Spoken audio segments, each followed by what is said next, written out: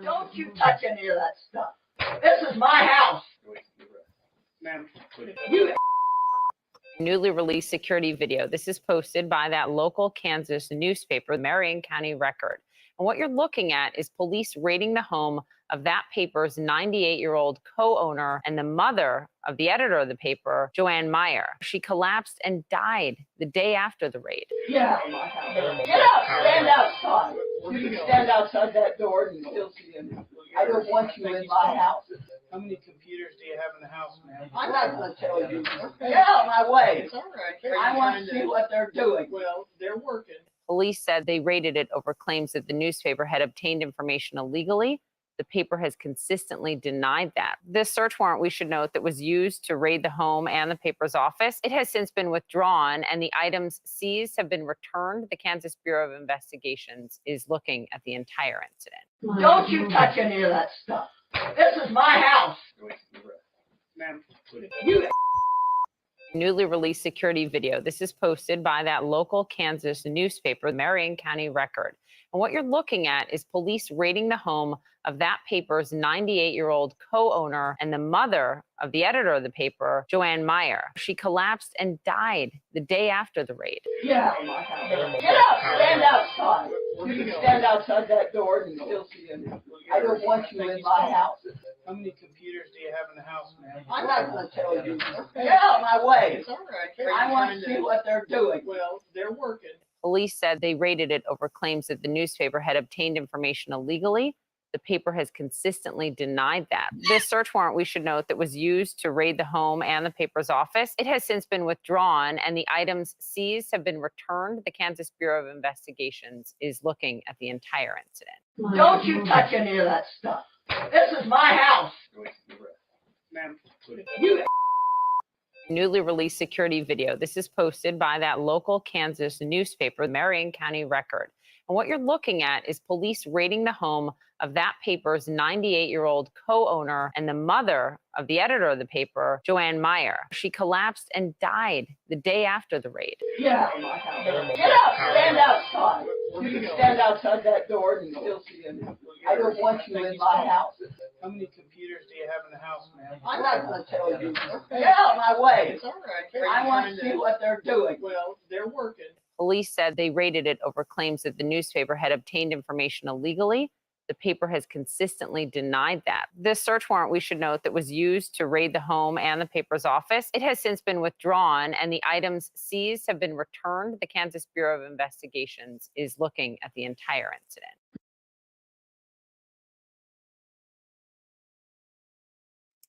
Greetings, Daniel. How you doing tonight, brother? Shalom, shalom. Doing all right. How about yourself? Good, good, good.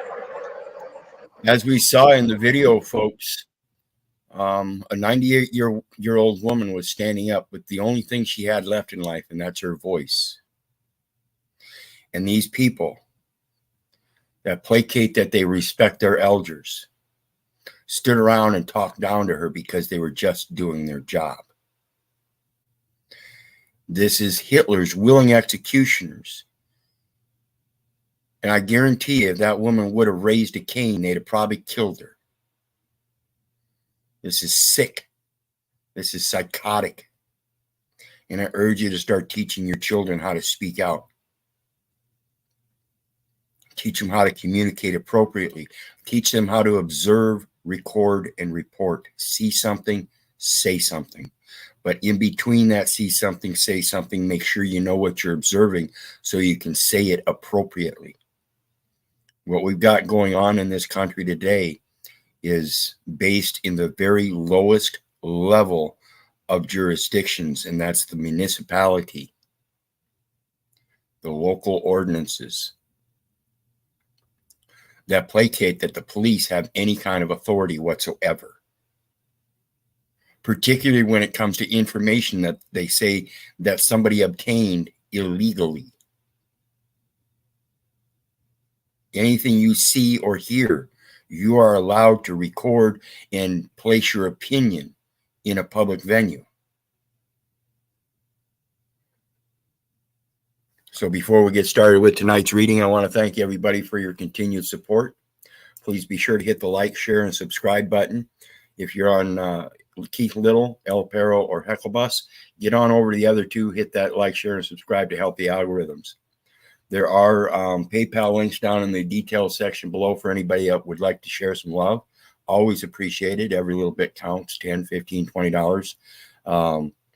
I'm stuck in the doctrine of necessity until I can fix all of the paperwork myself. So until that happens, I'm still dependent upon contributions and bartering and trading. So in the meantime, we're going to get back to the Hitler's willing executioners with a little more reading on why we are the cause of our own downfall. Again, if we don't learn how to stand up and say something, then it goes unnoticed, and next thing you know, we're voting people in to do things that we wouldn't do ourselves until we're put in that position.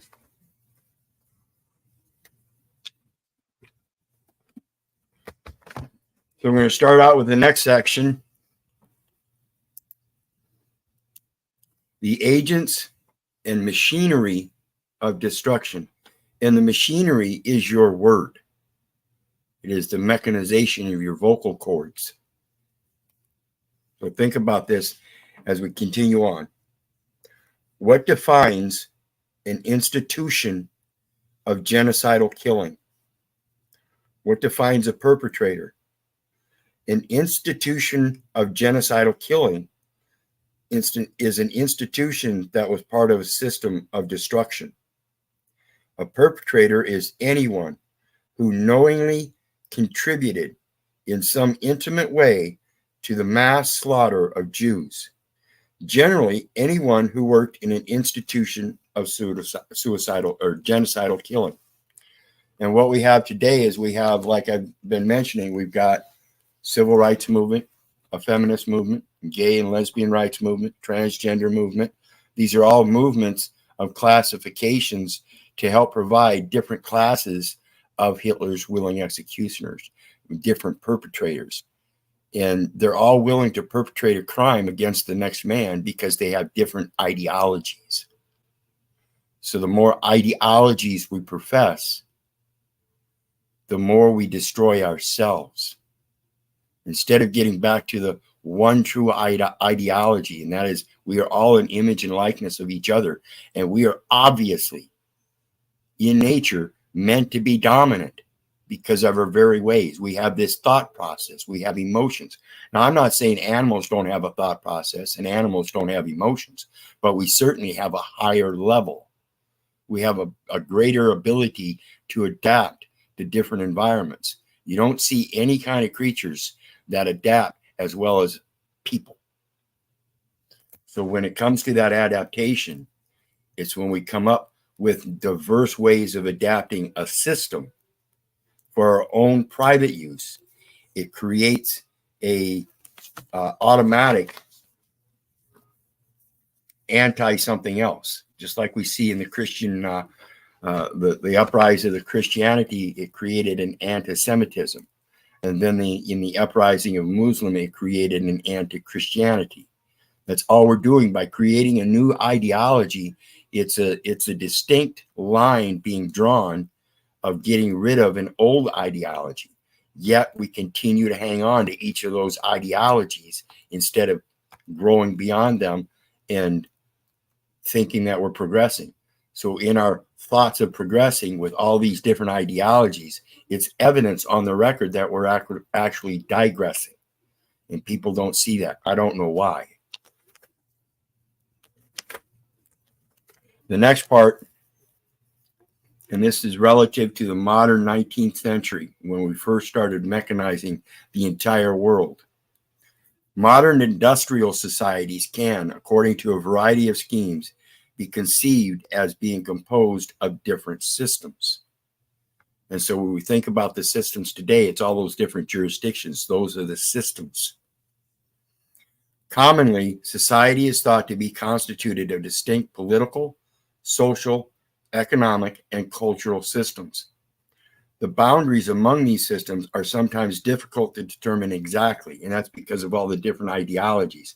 The boundaries of our social environment are expanded when we think about gay and lesbianism. Now they're being expanded even more with transgenderism. And they all interact with one another, yet each contains its own institutions, mode of overall organization, governing rules, formal and informal, and patterns of practice. See, the transsexual doesn't actually have the same pattern of action as a gay man or a lesbian woman. There's another step in ideology there. It's the transgender, not from being straight to gay, but actually being man to woman. So there's a different ideology, and that's why we have these scientists coming up now saying, no, you can't do that. That's a little too extensive. Yeah, you can be gay. You can feel that you're not a man and actually a woman in a man's body and have your sexual intercourse with another man. That's physically possible. You can be gay and have physical contact, sexual contact with a woman, or be lesbian and have sexual contact with a man, but still be gay. As transgender, you're posing an impossibility. A man can never have a baby. Each of these systems can also usefully be conceived as having subsystems of its own. So with the gay and lesbian, it's a subsystem of transgenderism, where the transgender guy that wants to dress up as a woman is also gay. So it's just a subsystem. Whereas back in the day, it wasn't posed as being gay or transgender if a man walked around in a woman's clothing. They just thought he was off. Now we're having a complete societal ideology that you can do that, and it's fine. Which you can dress up as a woman if you're a man, and you can dress up as a man if you're a woman. But you cannot, in fact, be or change your gender. It is an impossibility. During the Nazi period, Germany, for the first time in Western Europe, the Soviet Union had the Gulag, created a distinct new system in society, the camp system. Because when they had these systems to round people up or to segregate them or to classify them, it evolved into a greater classification. And that's what we're starting with. We're creating a class of people through a new ideology. And that class of people throughout history has always been first classified and then identified in public and then been blamed a problem to the rest of society and segregated and then placed in encampments. It happens time and again. You think the native Indians are not in an encampment? It's called a reservation, but it concentrates them all in one area, an encampment. What do you got on that, Danielle? There's so many different forms of that. Give another example of American history where America did that. When Japan attacked Pearl Harbor, they rounded up every Asian person. Didn't matter if you're Japanese, Asian, or Chinese, Philippines. If you were Asian, you were brought into a concentration camp, or what they called at the time a determinant camp. And it also didn't matter if you were born in the U.S. or not. Asian, you were locked up. Yep. And that's exactly right. That was one of the things that should have woken people up here in America, but it didn't. And we're still ready to go ahead and put people in gulags and in concentration camps and reservations, and it's never changed. I mean, that's the exact definition of a reservation.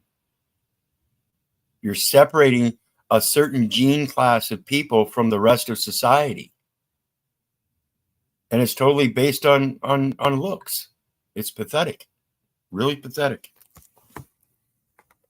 The next one, it says, the scholarly writings about camps has generally treated them in narrow terms, focusing on their instrumental sides, particularly in their roles as instruments of violence and as sites of economic production. How quaint that they call them sites of economic production while calling them a blight on the economic production. You see how ignorant that is? And this is what was placated by the German people as a whole. They had no problem with it and took advantage of it as if though they were profiting because they were just doing their job. And that gave them something to do. See, if you resolve the problem, then there's not much left to do about it, is there? But if you continuously create new ideologies and new problems, you will always be able to have a job and direct somebody else under your authority to do things for you. And as long as there are people that believe they need a job to be a productive member of society, they will line up and do as you tell them.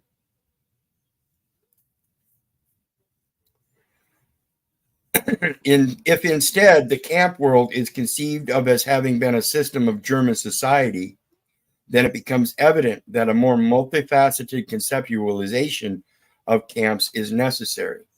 In other words, you can't just, in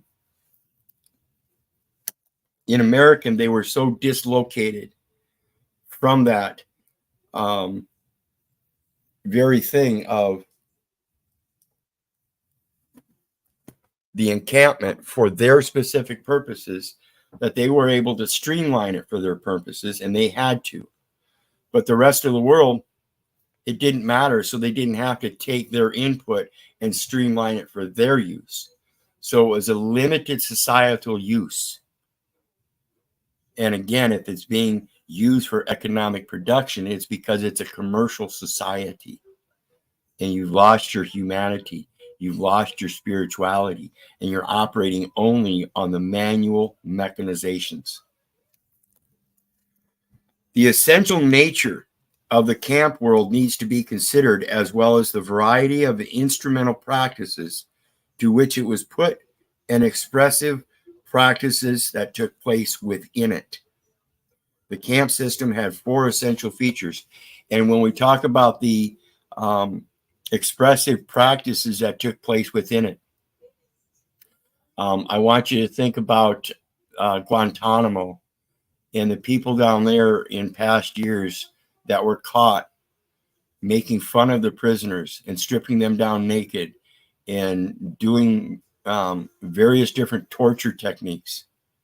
Those are private expressions. And if we let them go, they grow and become the norm of a public expression. Same as they publicly expressed from a private expression that the Jews were at fault through a private ideology that was then expressed in a public forum and grew. And now we have people that are now being classified, segregated, rounded up and put in encampments, tortured, and murdered. It's the same process time and again throughout history, and we're still doing it.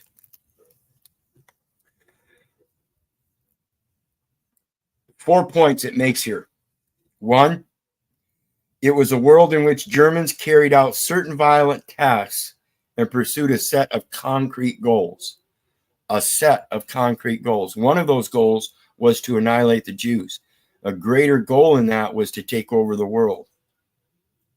So along their annihilation of the Jews, like I said the other night, if they found other people that they classified in their ideology as going against their norm, then they too would be annihilated. They too would be classified, segregated, grouped, tortured, experimented on, and annihilated. It doesn't stop until you stop it.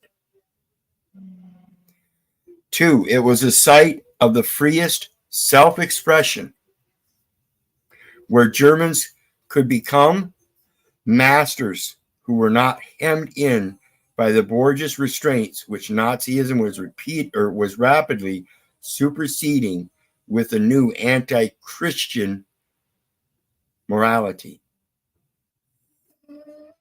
A new anti-Christian morality. It was a world in which Germans refashioned their victims to conform to their own image of them. In other words, somebody classified them as a pig, as a problem, and then they forced the Jews to accept that they were a problem. The Jews won't do that, just like Kunta Kinte and Roots refused to accept the name of a slave and step to his inherited name, his inheritance. We give up and disposition ourselves through the name itself. It's become so easy. We gladly accept a name somebody else puts on us. We gladly accept to be a, quote, patriot. We gladly accept to be a professor. We strive for a goal to be a president.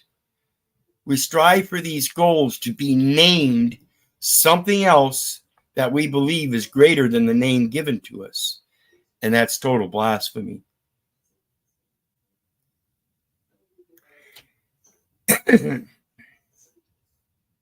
Thus validating their own worldviews. It was a revolutionary world in which the social transformation and value transmutation that were at the heart of Nazis' program were being most assiduously implemented. So what they did was they classified the Jews to declassify them as people, making their value zero. And therefore, when they were put in concentration camps and making license plates and furniture and stuff, they had an economic value then. While they were out and about in community, they had a negative economic value because they were seen as a problem. So they collected them all up, gave them zero value, and then produced an economic value out of them through their slave labor. And again, it happens repeatedly, time and time again. Welcome, Chris. How you doing tonight, brother? Oh, greetings. How you doing? Are you hearing me well? You are coming loud and clear. Oh, yeah. As you're mentioning these things, and just came in my my memory that I came across some interesting research information, pretty much proving that the Corporation of Germany pays tribute to the Vatican on an annual basis. Absolutely, everyone does. And I was thinking, well, why would that be? And the other thing is that in some Vatican archives, I've found the namesake of Adolf Hitler to be classified as a saint. And he's referred to as the late, great Adolf Hitler in those writings. I've not seen that, but I wouldn't doubt it one bit. I was thinking, well, what is this tribute about? Where is it referred to in the Bible? That, because Hitler would have had to have done something great in the Vatican eyes to get this type of recognition, and the Corporation of Germany paying tribute and all that. And I brought my mind to reflect on the narrative in the book of Job. And I'm thinking, is that what he did? Did he run the book of Job on the Jewish people? And now that's what they're doing. Could very well be. That's an interesting perspective. What do you think, Danielle? I got to go through Job again. I don't have that memorized, so I can't really make a comment on that. I've done Well, a lot of contemplation on it, but it seems like that's what the Law Society is using, that book, to take everything that people have and right. take their life also. Yeah, the concept of Job is that the devil tests us at all times in our life. And it's because we're living through a dead probated estate that the test, at any time it pops up, that officer alongside the road can take something from you, just like the devil. So he can take from your estate anytime you let him. But if you continue to bow down and just give it to the Lord, it's not going to bother you. It's when you become materialistic and set in your ways in this world that when the devil comes and takes something from you, that it's going to bother you. So the rectification of that, or reconciliation of that, is the reconciliation of yourself and placing yourself in honor of God and making sure that you're careful to maintain good works. So your job is not work. I'm just doing my job. I know you're not careful to maintain good works who have believed in God. You're just doing your job. And acting like Job. Right. That's the English language coloring the term Job as job. And the reality that you're supposed to be performing good works is that you work at a job. You work at a job. You're not in law, you're at law. You're not in work, you're at work. The same thing.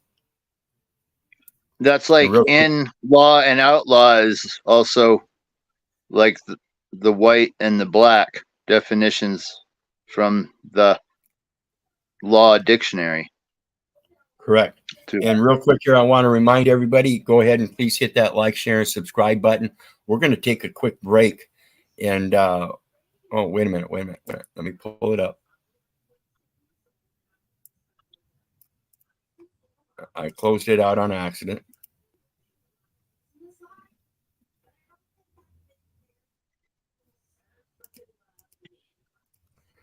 And we're going to present this for everybody again. I'm going to let you keep on going there, Keith. I'm working on organizing my bookshelf here and listening to your.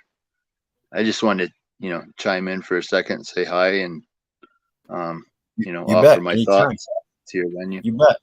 Always appreciated, brother. Always appreciated. So we're going to go ahead and watch this again. Give people a chance to see this that didn't make it to the beginning of the video or the stream here. You touch any of that stuff. Pay This attention. is my house. Ma'am. Newly released security video. This is posted by that local Kansas newspaper, Marion County Record. And what you're looking at is police raiding the home of that paper's 98-year-old co-owner and the mother of the editor of the paper, Joanne Meyer. She collapsed and died the day after the raid. Get out of my house. Get out. Stand outside. You can stand outside that door and still see him. I don't want you in my house. How many computers do you have in the house, ma'am? I'm not going to tell you. Get out of my way. It's all right. I want to see what they're doing. Well, they're working. Police said they raided it over claims that the newspaper had obtained information illegally. The paper has consistently denied that. This search warrant, we should note, that was used to raid the home and the paper's office, it has since been withdrawn, and the items seized have been returned. The Kansas Bureau of Investigations is looking at the entire incident. Don't you touch any of that stuff. This is my house. Ma'am. You Newly released security video. This is posted by that local Kansas newspaper, Marion County Record. And what you're looking at is police raiding the home of that paper's 98. Look at this huge son of a bitch right here. You suppose if he was on my ass, he'd be able to catch me? He wouldn't be able to enforce any law. The only way these people can enforce the law is to catch you in your home, shoot you, send a dog after you, because they have no investigative skills. because they don't know the law and purport that they're not required to know the law because they only enforce it according to what somebody else told them to do, as if though they have authority, and therefore these guys are just doing their job. They know nothing, just like Hogan's Heroes. I know nothing. I'm just doing my job. This is sick. This is psychopathic. And it is fucking dangerous to us. Their democracy is a danger to us.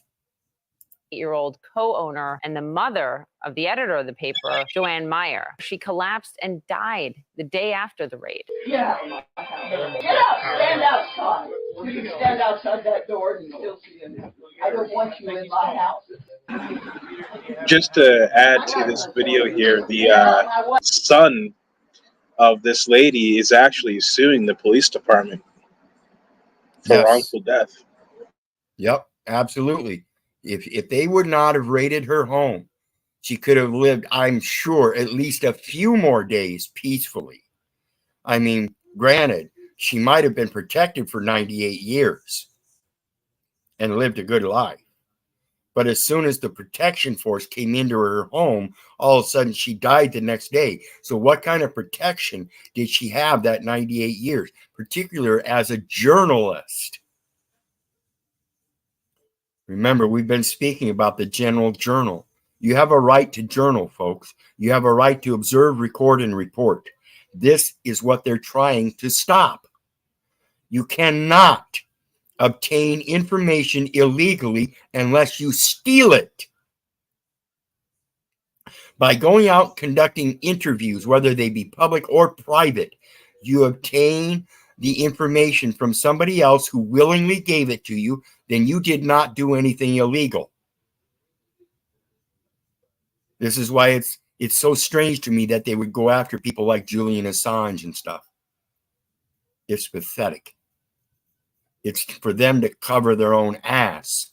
And again, that democracy is a danger to us. It's all right. I want to see what they're doing. Well, they're working. Police said they raided it over. Well, they're working. No, they're not working. They are not working. They are killing. Just because they didn't put a gun to her head doesn't mean that's not what they're involved in.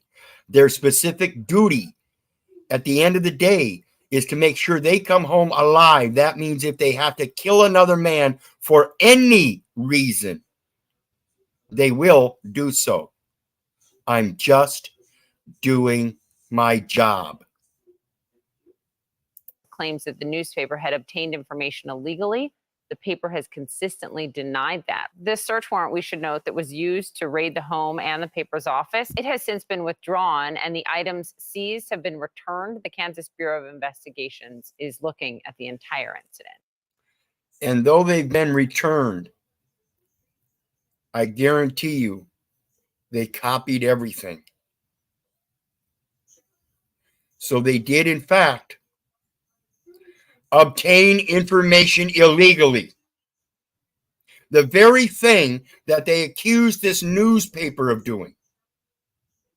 They obtained information illegally.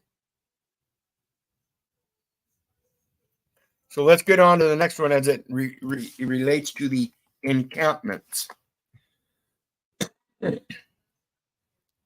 The camp system was a world in which the moral rules and practices that governed ordinary German society did not apply.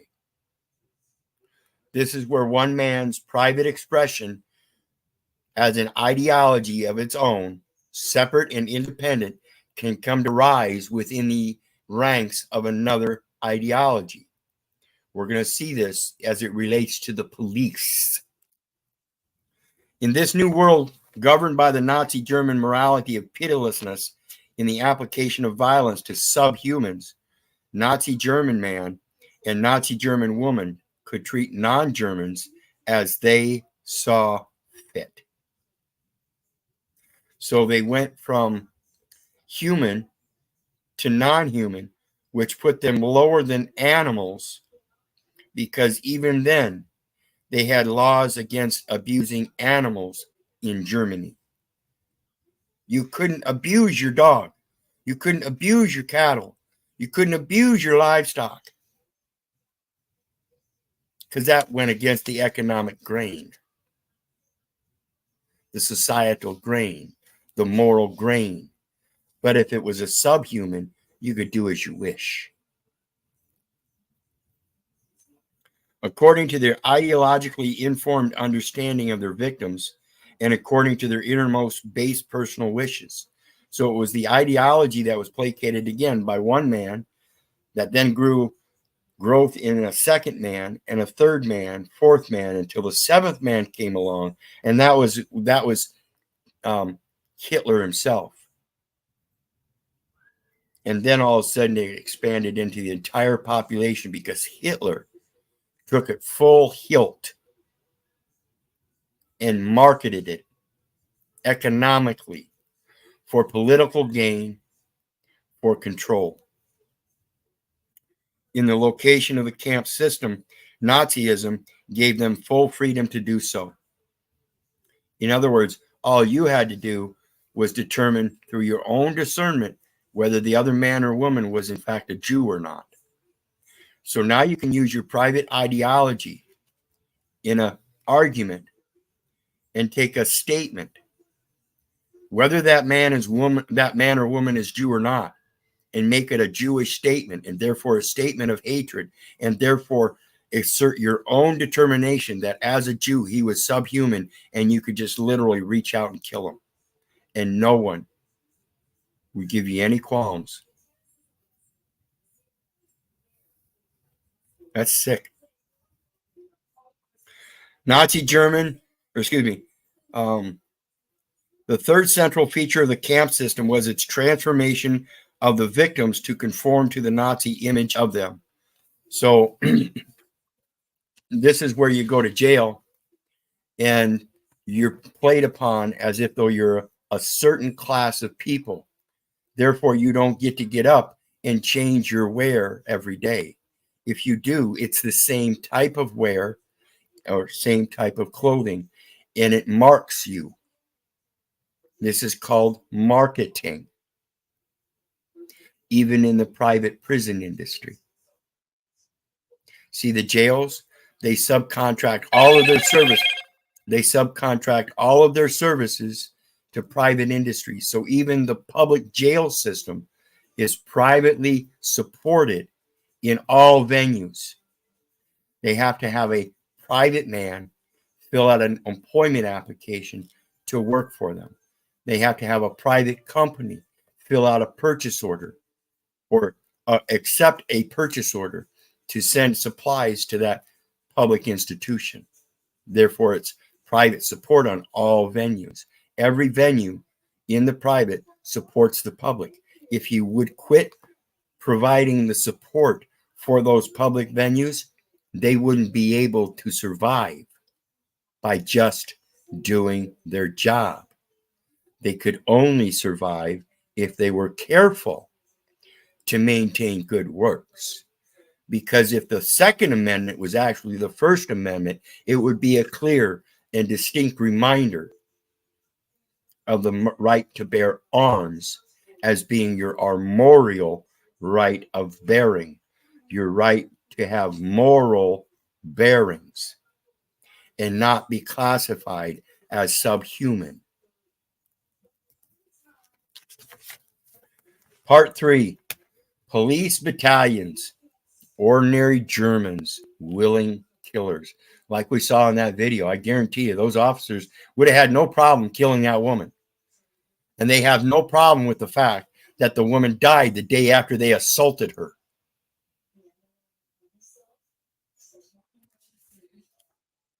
This here is a quote from one of the German police officers from World War II during his interview, his interrogation. I would also like to say that it did not at all occur to me that these orders could be unjust. You placate Christianity, wherein the scripture says, thou shalt not kill. Yet somehow you think because a man tells you you can, now all of a sudden you're justified and couldn't see it as being unjust. I think you've fallen away from the true ideology. And that's the problem with placating to these private ideologies that form and build into the general population. Gay, lesbian rights, civil rights, feminist rights. Now we have transgender. And all it does is lead to protests and violence. You have to get away from the false ideologies of creating a new idol that will then go up in front of the world in an advertisement and say, hi, I'm a woman, and ruin a beer commercial. Now we see where the transgender has become non-economical and is a blight on the commercial society. Oops. Do you see it happening again, folks? What's going on, Danielle? That seems like it put a thought in your mind. Well, yeah, I have other thoughts, but also looking at your live chat, and I want to call Channel 3 out. If he can come up here, I would love how he could proclaim that all Jews are Zionists and that we are supremacists, because I'm Hebrew. Yes, sir. We are open to midnight.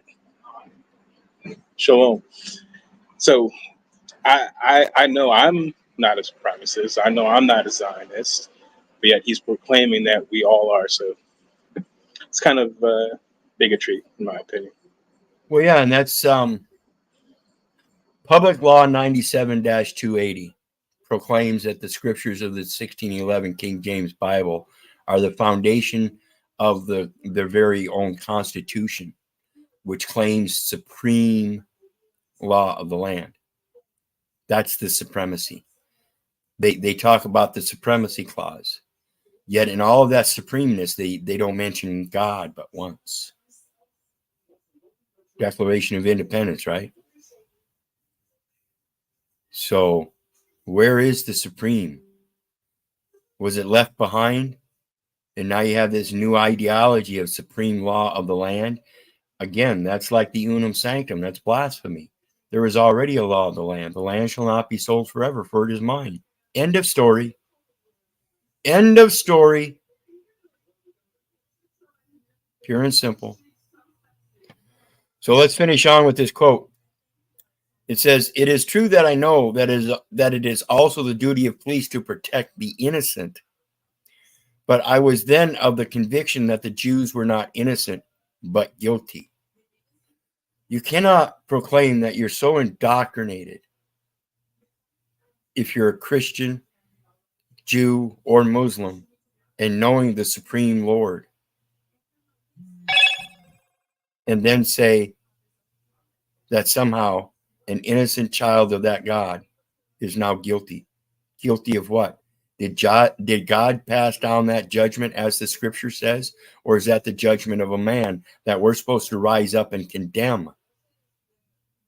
See, I don't know how this entire German society, placating that they were Christians and Catholic, and I came from a very deep-seated Catholic family.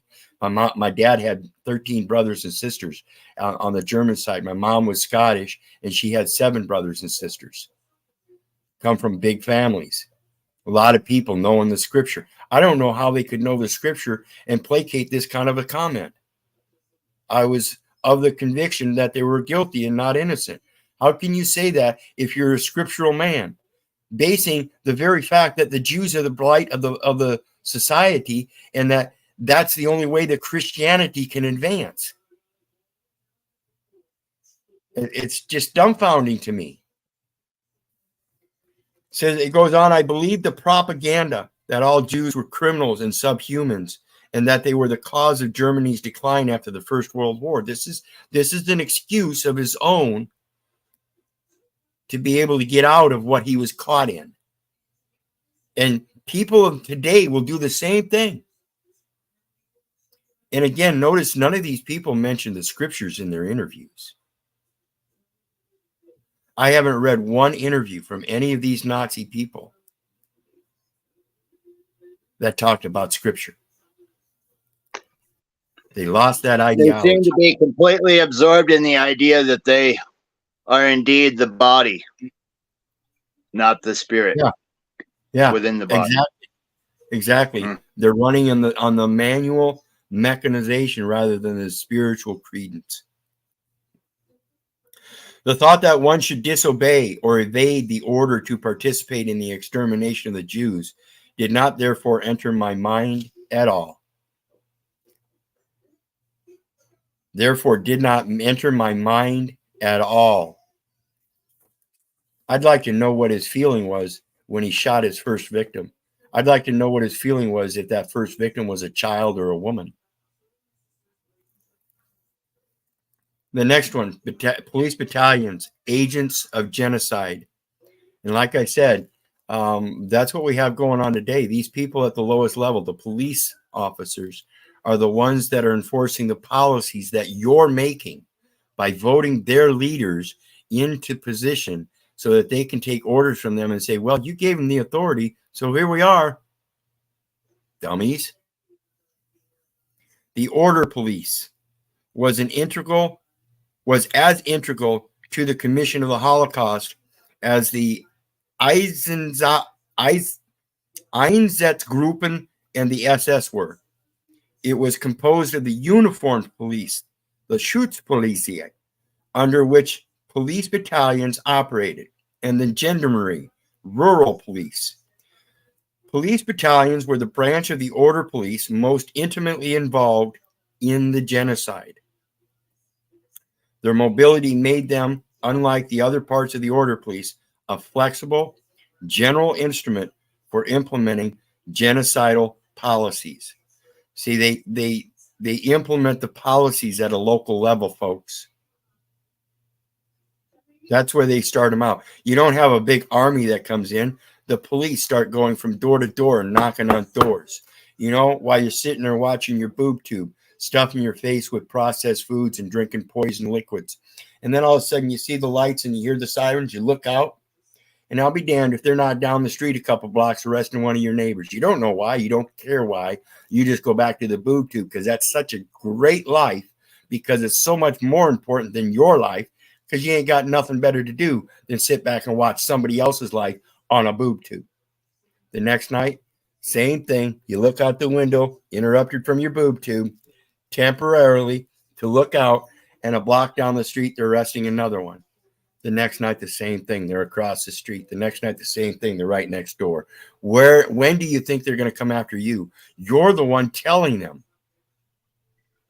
You're the one telling them. I wanted to add something to that with you, Keith, if that's all right. Sure. But just interesting, like yesterday in the local town here, we had a big to-do kind of festival where all our local police dudes showed up. And I ended up having a conversation with one of them regarding some folks that are stealing property around the city. And the concept, the idea of citizen's arrest came up in the conversation. And this police officer said, well, did you know that citizen's arrest was suspended in New Mexico 4 years ago? I said, wow, that's quite an interesting concept. But could you point to specifically where that happened, or what code, what statute? Because that's news to me. I've been here for nearly 25 years and I never heard such a thing. No, he couldn't speak to it, but supposedly someone told him that, and then he repeated it to me. So yeah, I got on my bicycle, and that's how the ideology that they got rid of citizen's arrest starts. One man says it, another man hears it and says, oh, okay, and repeats it. And next thing you know, it's nothing but a repetition. And all of a sudden, the ideology is expressed in the public. And, oh, okay, yeah, let's get rid of citizen arrest. That makes sense. Well, That's what we're talking about. I wanted to disprove him to myself. And I guess for everyone who would be concerned with such a thing being said, I went down to the sheriff's department and I explained to him what I had heard from that officer. And he said, well, as far as I know, that guy's full of crap. As far as I can tell, in my knowledge, you appear to me to be a civilian, and the civilians have control of this government here, and you have more authority than I do to arrest any citizen that is acting a fool in front of you, and we only ask that you give us a call before you do it. Yep, and that's absolutely correct, because the structure of government, if you look up the structure of government in your state, you're going to find it at the top of the structure. It says the people, whether it be the people of the Republic of Iowa or the people of the Commonwealth of Massachusetts, it's going to be the people. And then it's going to have I think the local, that they're making a distinction between, like the sheriff is quite a different organization than the police, enforcing the municipal codes and all of that. And I think in the minds of people that they don't really know the difference, they seem to be, thinking like, well, they have equal authority, jurisdiction, knowledge, and it's not the case at all. No, the sheriff is the go-between between the people and the rest of the government structure. And the rest of the government structure, if you go down from the people, it's going to split off into two branches. One's going to be administrative and one's going to be judicial. Then it's going to split off and go straight below that, and it's going to open up across the board as executive. Mm-hmm. Well, the sheriff. Well, I'm going to go have a conversation on Monday with the mayor and make sure that his employees are not fabricating and creating lies and like that in the future. But yeah, I just thought to bring that up because, this is where it starts with this misinformation being given to otherwise innocent people that don't really know anything. Yep, absolutely. And when we think about the sheriff as the go-between, he's the go-between between the people and the government, the rest of the government structure at the administrative judicial point. So when we communicate with these people, we have to make sure that the discretion is we're not part of the judicial or the administrative. We are above both of them. We execute our own values, and that is surpassing the administration and the judicial determination that they make as a par value, which is a partial value, and we are a whole value. And when we placate to that government, we lose that whole value. And that's what the redemption is about, is making us whole again, putting us back in the position that we're meant to be in. And again, that's where I say that the name, the ad hominem, is the very institution of dispositioning a man from his spirituality. Greetings again, Daniel. Welcome. Thank you. Had to move, huh? Yeah, my internet. On the weekends, it gets bogged down. Yeah, I hear you. So the next thing here is says police battalions were a branch of the order police most intimately involved in the genocide. And again, that's because it's the police that we call on a local problem, on a local level for any problem. We don't at the local level call the federal marshals. We call the local police. And actually what we do is we call the local dispatch. And then through the communication with the dispatch determines whether they're going to send emergency medical or emergency police or sheriff or whatever. So we have to realize the police, we're giving the police a main portion of the power in all venues, because that's what's going to be incorporated first when anything happens. There's generally a psychologist that sits along with that dispatch 24 hours a day. Giving counsel to the dispatch person. I can imagine that. In many police stations, I think most of them, if they have the psychologist there, they're supposed to have it to determine what type of units they need to dispatch. Yeah, and like we mentioned the other day, as it relates to the transgender topic, if you get a 911 call and you get this deep guttural voice with a nut bobbing up and down in his throat, talking about, I'm hemorrhaging, I'm bleeding out, my period is just too thick this month, you know it's insanity, and you know you should send a white coat doctor to strap him up and send him into a padded room. Otherwise, if you respond to the call as an EMT, expecting that you're going to have a woman in profuse bleeding because of menstrual disorganization or some kind of problem with their menstrual stream, you get there and there's a 6.5-foot guy that's 300 pounds and got an Adam's apple that sticks 3 inches outside of his throat with a nutsack hanging 3 inches down from his ass. You might not want to be checking his menstrual flow. You might want to give him a menstrual flow. See, when an EMT goes to a situation like that, and there's not a communication in there that it came from a transgender or something, something's wrong, and it could cause a disagreement, and that EMT would be in his right mind to, in a moment of insanity, kill the transgender that was trying to come on to him while he's having a bleeding out. That's just fucking insanity. Why would a dispatch an EMT to some situation like that?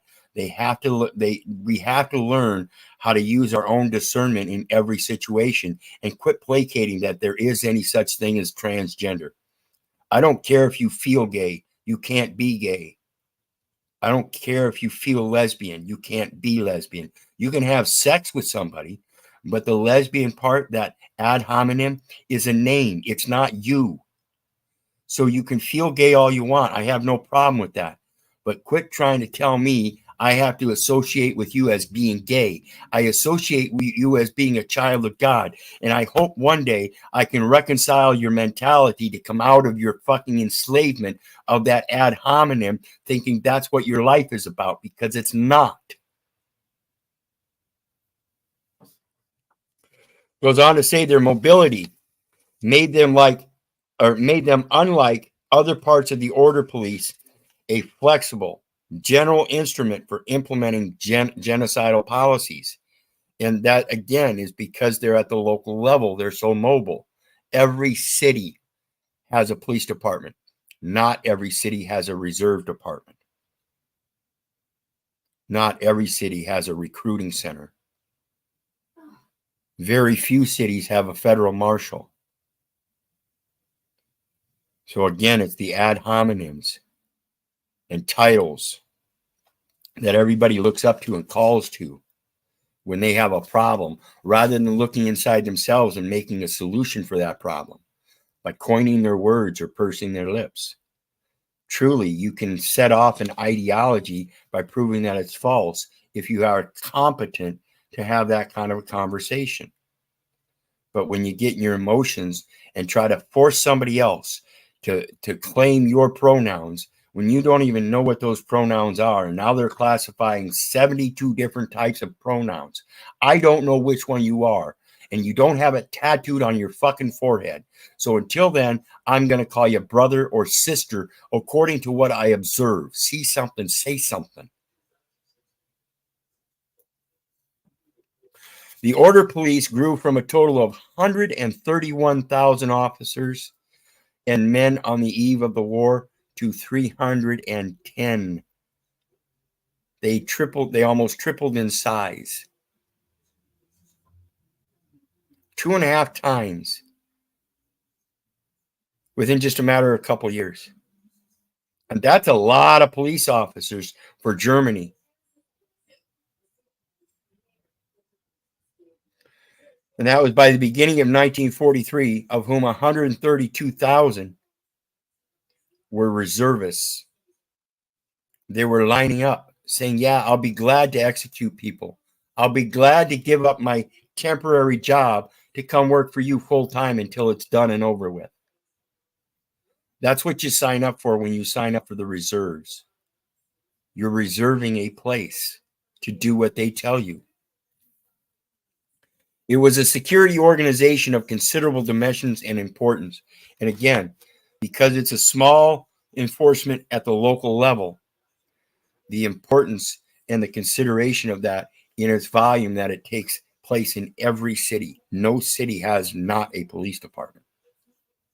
Every last one of them has some kind of police force. Of course, here recently we hear some that are quitting, but I assure you, there were reservists lined up to fill those positions. I'll have to do my research on that, matter of fact, and do some follow-up on some of those cities that got rid of their police department and find out what kind of police department they have now. Because I assure you, without a police department, you have no policy, because you have no policy enforcers. You just have a bunch of dumb bitch-ass slaves waiting for somebody to come tell them what to do still. The next one says the order police draftees were not auspicious recruits. Most had no military training. Many were marginal physical fodder. As we saw in that video, the big fat guy. Like I said, me at 125, 130 pounds, I guarantee you I can outrun him. And if you look at the police force, you will see many of these people are robust.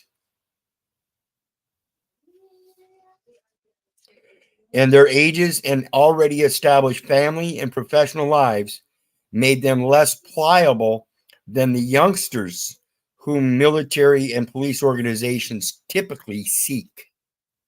Because before you get a fully matured and oriented mind, they want to get you while you're still young and culpable or malleable so they can form you to their ideology.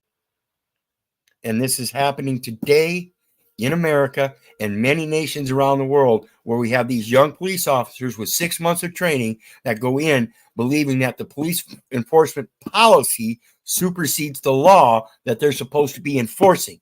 And they don't enforce law, they enforce policy. And under that policy, they placate that they know the law simply because they know a title of the law and then have to look it up to see what the enumeration is, and then don't even bother reading that law. They just say, oh, well, that's interference with government acts. So, yeah, I'm part of the government. You're interfering. That's what it is. No. That's a policy. That's a policy, and you're using a statute to enforce it. The statute itself, whether it be a statute or executive order, requires contract terms and conditions to implement it.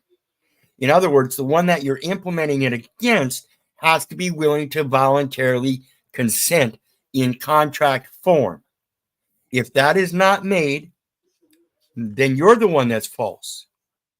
And every officer that pulls you over alongside the road while you're traveling down the road, whether you've got a plate on the back of that car or not, whether you've got a license in your wallet or not, is violating the law by making contact with you to implement his own private ideology of his discernment of what he thinks the law is, and can never prove it in court. Never. You can't serve someone and be a witness and then try to get on the stand and testify that you don't know the law, but you witnessed him speeding. Can't do it. Not against me. Not anymore.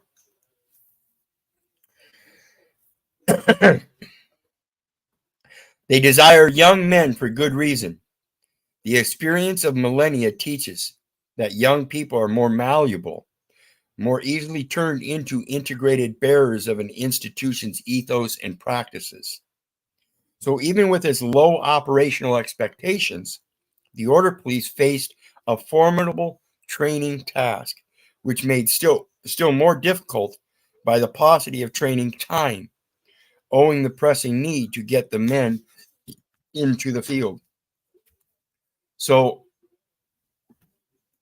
at this point in time, they were using the police force as part of their genocidal operations, which was part of their operations to take over the world. So they used a very local and minuscule power of a police force to expand upon the world. And that police force is pushing, again, like I said, in modern times, just like back then, nothing but policy. And you keep voting for those policies. You keep voting for them to vote out plastic straws and paper wraps so you can start using paper straws and plastic wraps while totally ignoring the plastic cup and plastic lid that you insert that plastic straw into in order to even use it. It's just idiocy.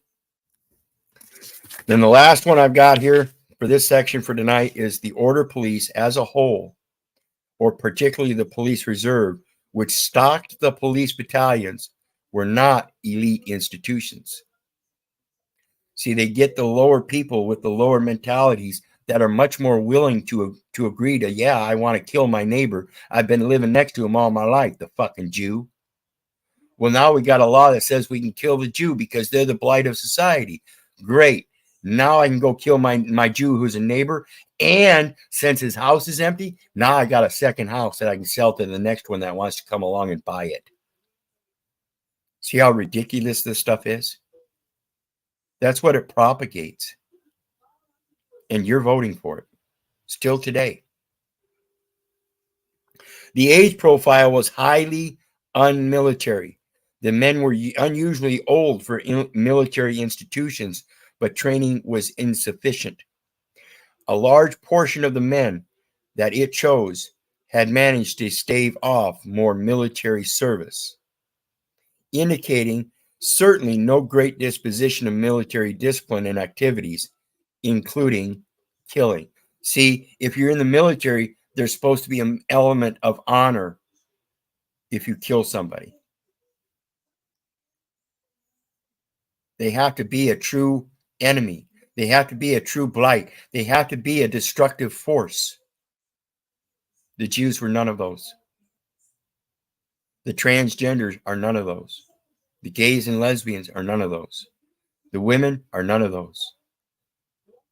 When it comes to civil rights, Mexicans, Irish, Black, it doesn't matter.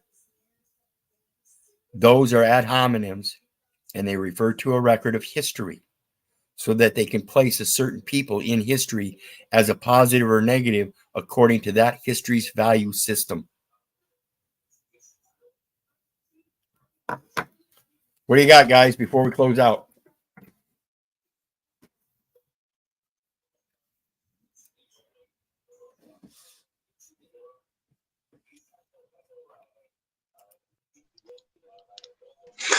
Oh, it's an hour past already? It's pretty fast. It's a fascinating subject matter, Keith. I appreciate hearing. Yeah, I don't know why people don't. Well, I do know why people don't understand it. It's because they don't know it. They don't read it. They don't care to read it. They're involved in their own little lives. And that own little life is a selfish life where they don't care about their neighbors. So they don't placate to know the neighbor's history. They don't placate that their children need to know their neighbor's history. So they don't care if they make passing grades in school or not. And if they do, goodness gracious, they've just been indoctrinated just as much as they were. So why not? And that's the true sadness of the story, is that we all end up in this manual machination of a society that has somebody else telling us they're our authority, and we believe it, even though the scripture says otherwise. And that's our true faith. Why are we giving up our true faith to live in this materialistic world in fear? It doesn't make sense to me anymore. For a while, like I said, I was a fool. I was a bitch-ass slave. And a lot of it seemed to make sense. And again, you know, I'm not a stupid man, I would think. I would hope that you don't think I'm insane or a lunatic or crazy or psychotic in some way. But that's the way we tend to look at our neighbors when we start using those ad hominems. Oh, he's a transgender. I don't like him much. Oh, he's gay. I don't like him much. Oh, he's black. I don't like him much. She's a bitch. I don't like her much. I don't like none of you. That's simply an escape from thinking, isn't it? Yes. Yes, it's an excuse. And like I said, I don't like none of you. You make shitty people or shitty persons. You may be good men and women, but you make shitty persons. That's for sure. So we have to realize, you know, there's going to come a point in time where because you're just doing your job, somebody up the line from you might give you an order to say, hey, we need you to go over to this address and take care of this situation at all means necessary. It means you need to kill the residents, the occupiers, if that's what it takes. And you get there and find out it's your mom and dad. What are you going to do then? And maybe they have to kill the investment firms because the investment firms aren't very good investments for them at this point, or something. Yeah, and that's why I said earlier in the writing it talks about the economical blight. They were blaming the Jews for an economical depression and saying that they had no value. So they concentrated them up in one place, gave them no value, and then made an economic production out of it by making them slaves. So now they're of value. So now, by having zero value themselves and having to spend very little on them, including in food, they just worked them until they couldn't work anymore, and that was an easy solution then, just kill them. Well, it's become a lot more subtle now, the killing, because you know them Nuremberg trials didn't work out so well. So now they have a very subtle way of doing the same thing, apparently. Well, yeah, and that's you know, again, at the local police level, they're still doing it. It's a private industry, and they're feeding them fucked up food. The longer that they can keep them in custody, feeding them that fucked up food, the more it calcifies their pineal gland, the more it sets off their chemical balance, and the more successful that system is going to be to drag that person back into that prison system again. That's why we have so many repeat offenders in the first place. Because if they're dumb, if they're dumb enough not to realize that the position that they're in is because of their own behavior, by making false claims of residency and ideologies that they really don't believe in, or aren't sound and true, and they've not done their appropriate research to make sure that ideology that they're following is true, then they're going to keep placating that I got to pay taxes and I got to do this and I got to do that. And if they come arrest me, I got to go spend my time in prison. And you don't. You know what the cops around here, if they're not going after so-called traffic offenders, they're managing all these disenfranchised citizens that are addicted to crack cocaine and other substances that are being put out here on the street. Yeah. And yeah, that's a large part due, I think, because of the vaccinations and medical society itself, again, placating that we need such a large medical society is an indication and implication that we have a large medical problem. Whereas if people would take that problem and handle it themselves instead of going to a doctor and professing that they've got the flu, and then the doctor does some tests and says, oh, yeah, you've got the flu. Yeah, that's what it is. You're idiots. You're the ones making your own diagnosis and then going to the doctor and telling them about that diagnosis. So you are truly the doctor. And they're also casting spells too. Yes. If you really want to heal yourself, then get back to your mother nature. That is your medicine cabinet. All right. Well, anything else before we head out, guys? Final words. I'm gonna send you an interesting little thing that I found today. Just I'll take a copy of it and send it to you. But it's COVID-19 record card from the CDC, laying in the middle of the road, and says some really interesting things on the back of it, and little record on the front. Yeah. But Everything. it's really speaking to what you're saying about, people just sign up for this nonsense. Oh my gosh. Yeah, this one has a record of this person's 3 vaccinations that he got over a 6 months period. Wow. Right? And then it says Pfizer F pussy, Pfizer something else for the second one, and then Moderna or whatever, right? But they're keeping these records, and then they give the person the card, which basically, makes them their product or whatever. It's I looked up all the websites on the card, and oh my gosh, it's like such a sinister thing. I didn't even know that this was happening because, of course, I don't pay attention to that narrative or whatever. But kind of strange that people sign up for this junk. Yeah, you will find amazing things if you just open your eyes and look. And that's the thing about observing. You've got to be able to observe before you can take it in and contemplate it and then turn around and report it. Observe, record, and report. Get used to it. I think God gave everyone a brain to think with, but they're few elect to develop that capacity, unfortunately.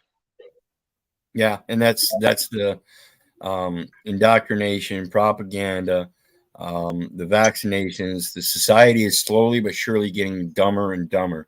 Now, granted, at a large portion, the society is getting dumber and dumber, but at the same time, we still end up producing people that are highly intelligent.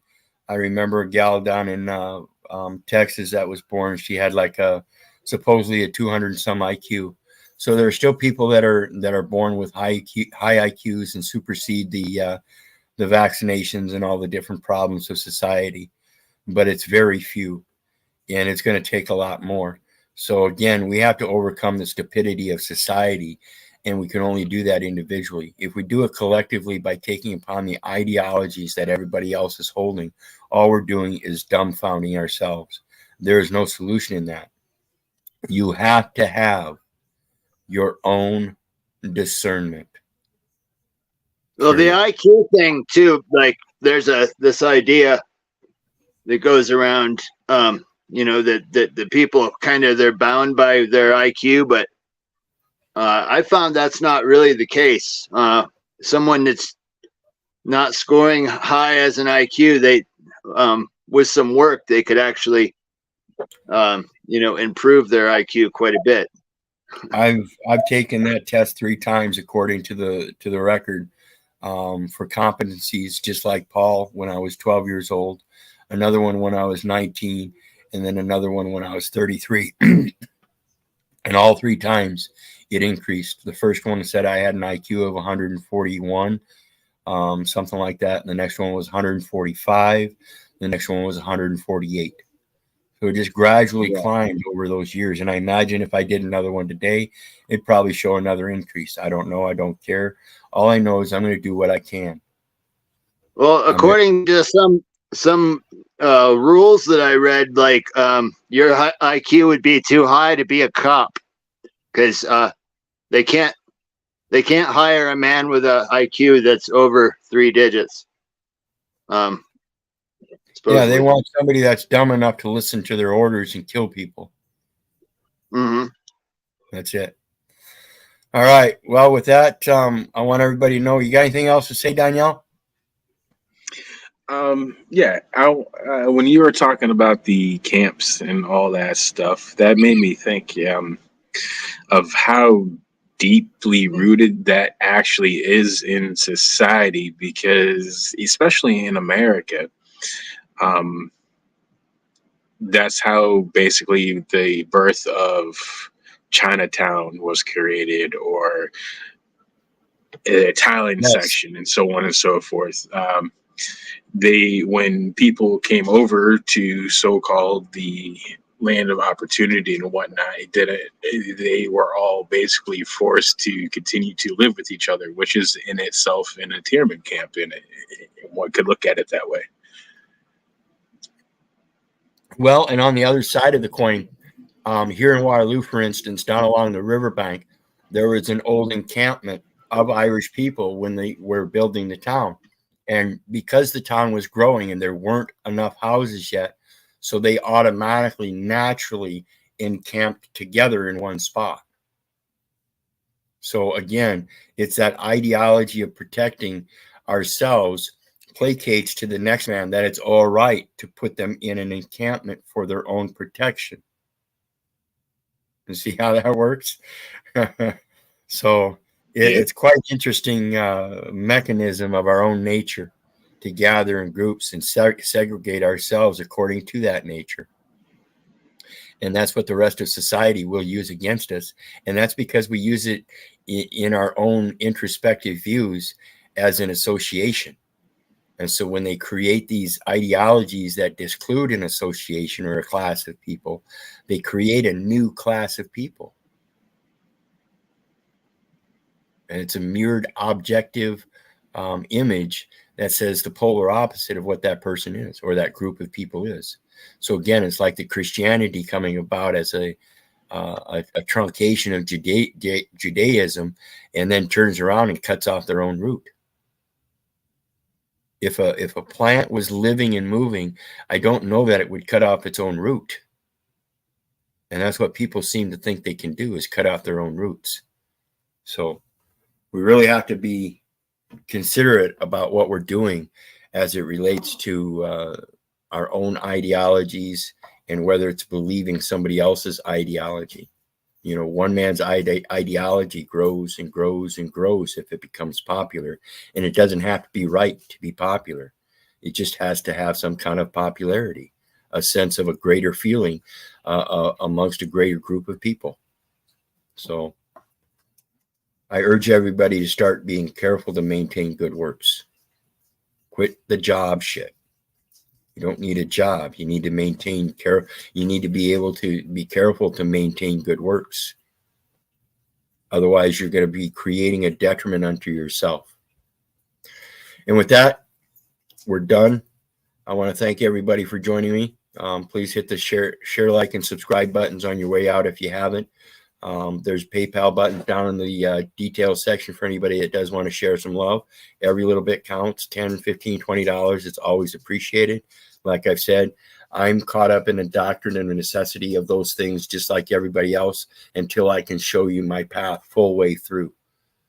Like I've said, 93 cases in 33 years, and all of a sudden it stopped 7 years ago. And I'm working my way through it, hopefully to end here soon. And then I'll be able to come back and show you guys what I'm talking about. Step by step, a way to reconcile the record so that the data elements match accordingly. And if they don't, then they have to be removed. That's all we're doing, is correcting the record. And then when it comes to Hitler's willing executioners, I hope we can learn to correct that record well enough so we can quit being those willing executioners. So think about this, and remember, folks, I love you. I don't give a rat's ass whether you love me back or not.